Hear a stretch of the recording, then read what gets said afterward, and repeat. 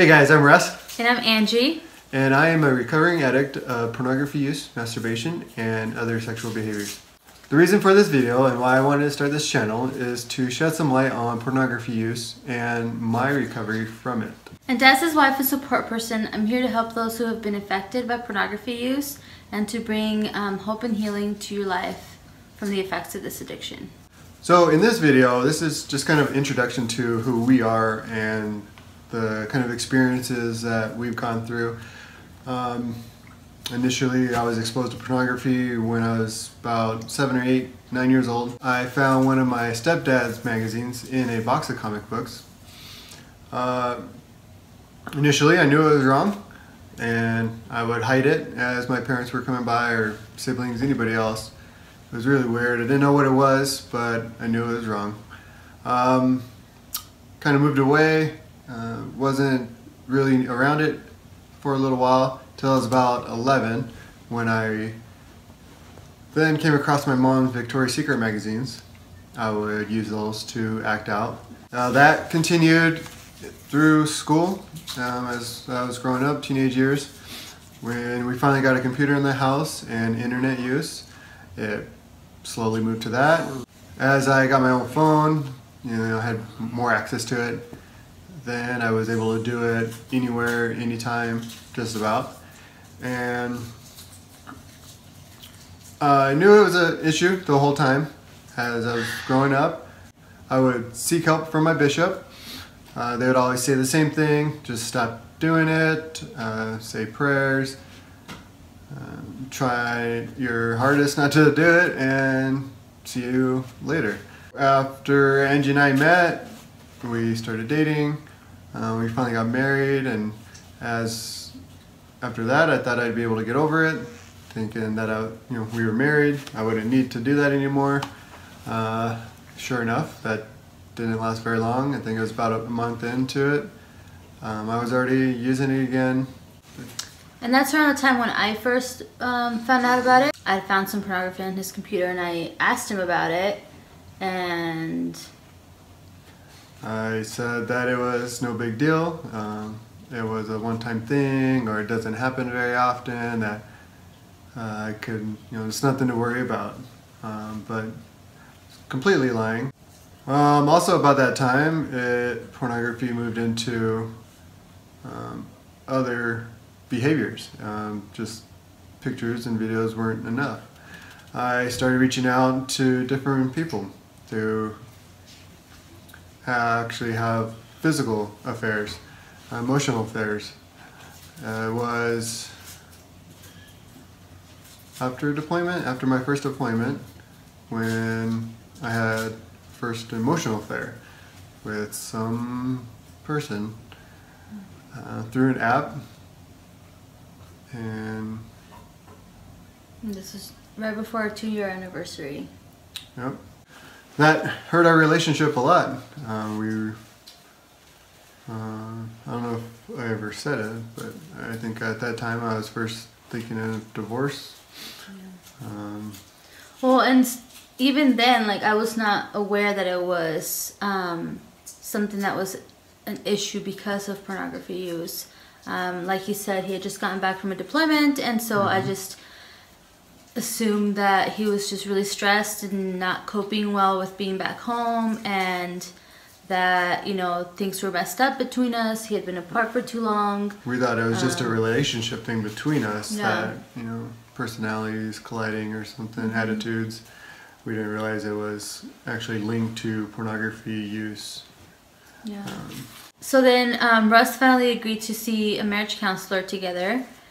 He was super against it at first, but I finally convinced him. And even then, the marriage counselor that we were seeing didn't think that pornography was a big deal. She was not of our same faith, which probably had something to do with it, but she's like, that's just what guys do. It's not a big deal. And so that pushed pornography use and addiction away from my mind even more. So that was not very helpful.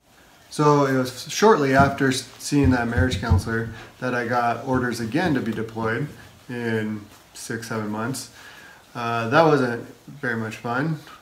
trying to work on our relationship and going through training and being away from the house again. That made it hard.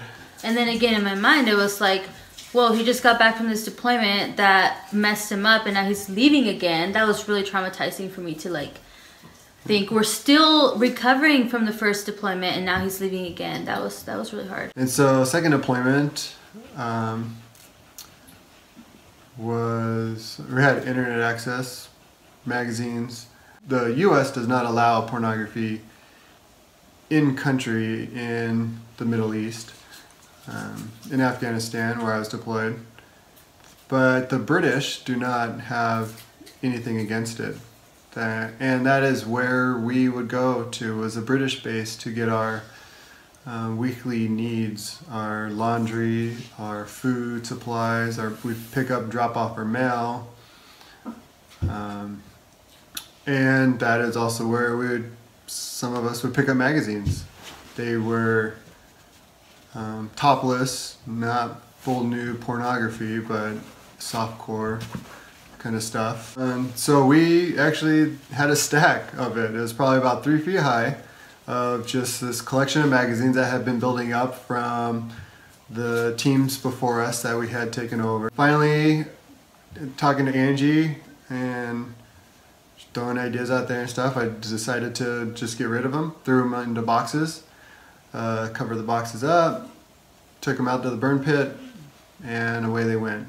So then as the deployment was coming to an end, I had a friend that told me about the ARP program through our church, the LDS church, and I ended up going with her. Addiction Recovery Program. Yeah, Addiction Recovery Program. ARP. And so I ended up going with her to be a support for her, but I was also kind of curious, and that is where I learned that they consider pornography to be an addiction. And so I told Russ about it and kind of demanded, I guess, that he go to it when he got back. Told him that it was an addiction and that it's something that he should get help for. And I thought the program was good in and of itself, so it was just really helpful and educational for me and eye-opening for me. And so then both of us. Yeah, for both of us. I actually had a workbook,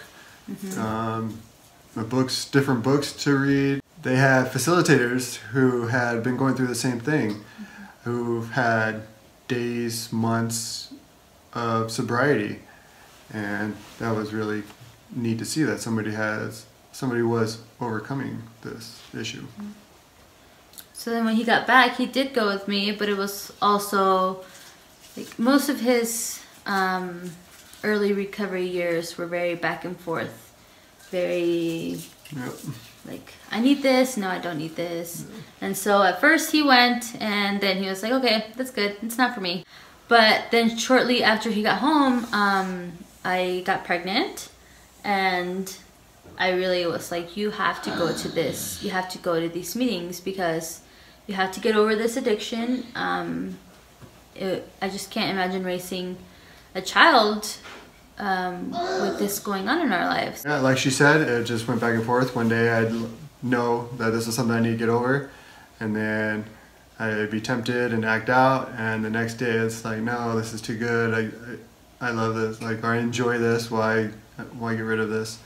And it just go back and forth like that for a couple of years.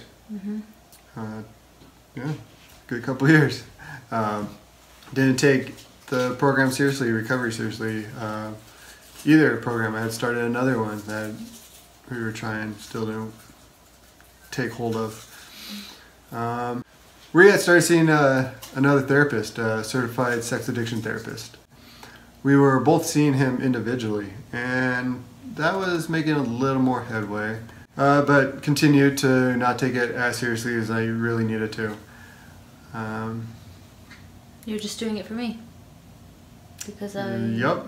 Yeah. Yep. We actually ended up moving away. We needed to get a fresh start. We figured getting out of the area and locations that had bad memories attached to them. So initially it started out well. I started going to another group therapy up here in the area, and that was going all right. Still didn't take it seriously enough. We were both seeing a therapist individually and as a couple, Worked here and there. And I think we were making a little bit more progress. Yeah, with a little that, more. That program therapy group, yeah. And group. And then a little over a year ago, I got arrested. I was making some bad choices in my addict mode, which we call it. When I wasn't thinking clearly, I wasn't thinking smart. I was just in it for myself. I wanted the addiction, I had a craving. I needed to satisfy the craving, and it was wrong. It was illegal, and I got arrested. I spent about 44 days in jail recently. During my time in jail, I was thinking about what I did and what led up to it, the actions I had gone through over the years, and how I wasn't taking my recovery seriously, how it affected our marriage and my family, and I decided to make this video.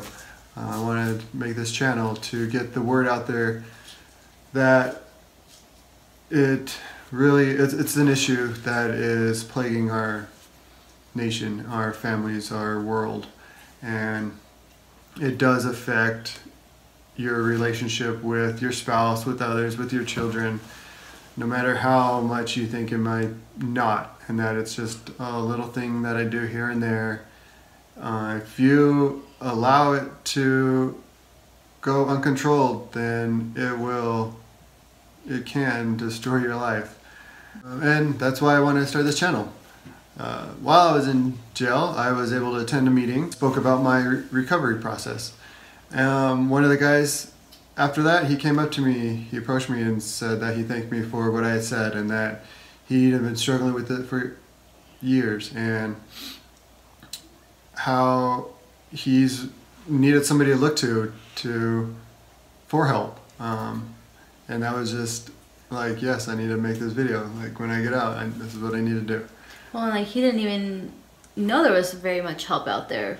Yeah, that was the first time that he had attended any kind of recovery meeting was in jail. So with this channel, I want to take the things that I've learned and make a series of videos about different subjects and topics. So if you guys have any questions for us, you can leave them in the comment box below. So we will also put our email in the description box below, and if you guys have something that you want to ask either Russ specifically or me specifically, you can just put our names on the title of the email. That way we know.